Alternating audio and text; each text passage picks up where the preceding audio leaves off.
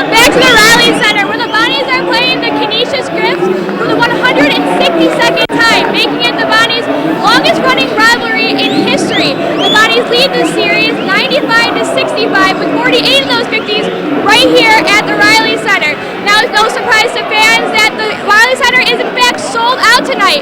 Canisius actually bussed in students for the event, but the Bonnie Wolfpack is showing that they are not threatened by the Griffs. Back to you, Jeremy and Chris. Talk from to 69222. Back to the Riley Center, an arena that Coach Jim Barron knows all too well. Barron is actually a Bonaventure grad and a member of the Hall of Fame.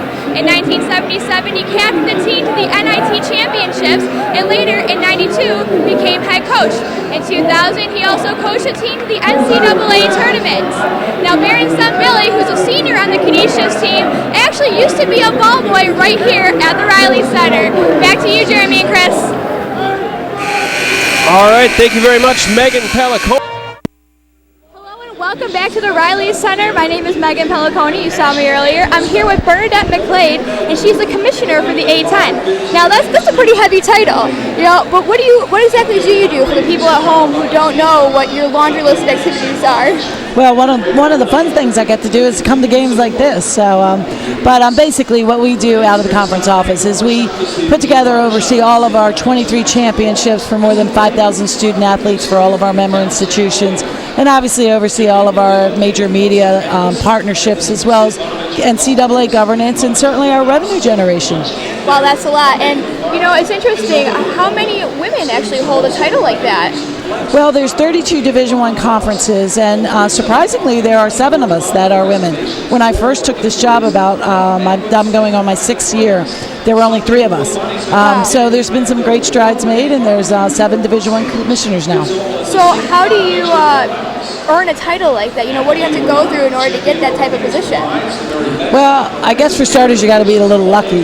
But really, I came through sports administration, and I was a student athlete at UNC, and then I coached at Georgia Tech, and I worked at Georgia Tech and worked during the '96 Olympic Games, and then also I worked as an associate commissioner at the ACC. And when the opening came over at the A10, and they basically gave me a call and wanted to know if I would be interested, and then it sort of just proceeded from there. So it's a great position, and we have 13 fabulous institutions, and certainly it's great to be here watching the Bonnies tonight. Now I'm curious, what sport did you play in college? Basketball. I figured that. Yeah, basketball. That's wonderful. Now, you know, why did you choose to come to this game in particular? I'm sure you don't make every single, game at the A10, so why did you choose the Bonnies Canisius game? Well, what I try to do is, the first year I took the job, I tried to get to every single campus to see a men's basketball game, a women's basketball game. But since then, what I do is try to at least every other year to get onto campus to see a game. So I was able to see the Bonnies last year on the road, but I didn't get up here for an actual home game. So I wanted to make sure that I got here this year, and this was a great opportunity for me to get here and to see this game. And Canisius is such a great rival. And then, truth be told, I have to be honest, my good friend Doug Marone coaches the Bills, so I might slip in and watch that game tomorrow. Now, I was wondering, I asked you about why you came here. How familiar are you with the Little Three and the rivalry between these two teams? Because, as you know, it is the 167th game that these two teams have played against each other. It is, the longest, if not the longest standing rivalry in Division I? I think it's pretty close up there with one of the records. And so it's just fabulous. I mean, obviously, I know Coach Barron from his days coaching in the Atlantic 10. Just a fabulous coach, and Coach Schmidt. Seeing the rivalry and seeing the atmosphere right now, it's just a great atmosphere for an early game, a non-conference game. And so, these are fun games for me to go to, because as you know, when I go to conference games, I have to sit right in the middle and cheer for both teams.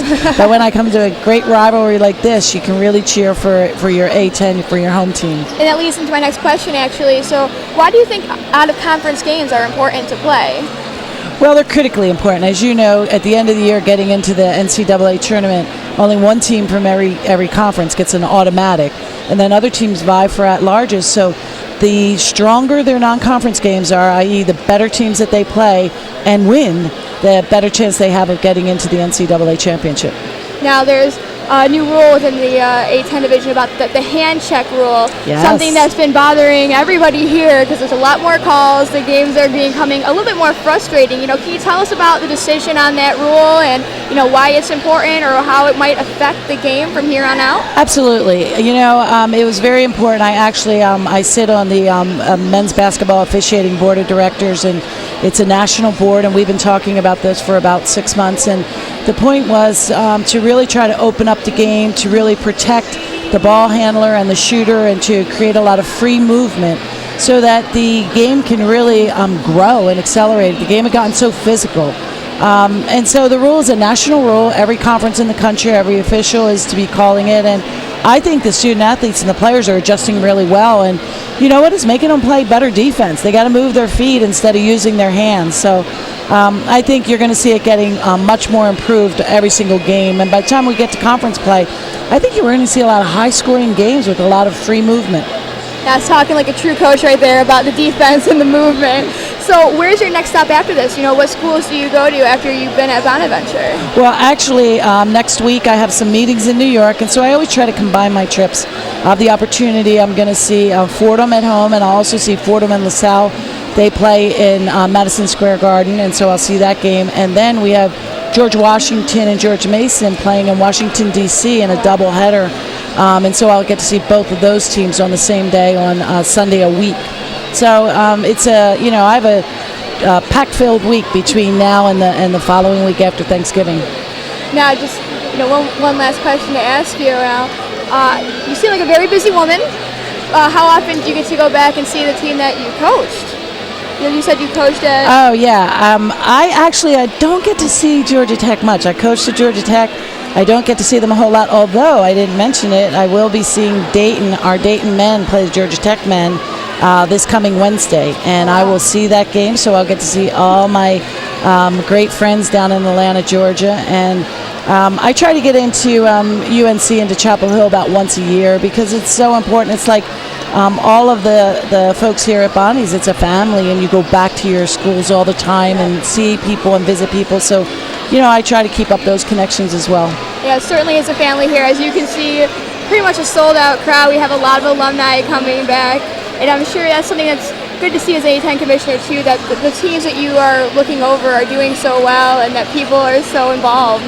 Yeah, it really is. I think, the way that our television package is so fabulous this year, and to have our games brought into every household across the country with atmosphere like this really grows the brand, and that's what we're all about, and we want everyone to know how great A10 basketball is.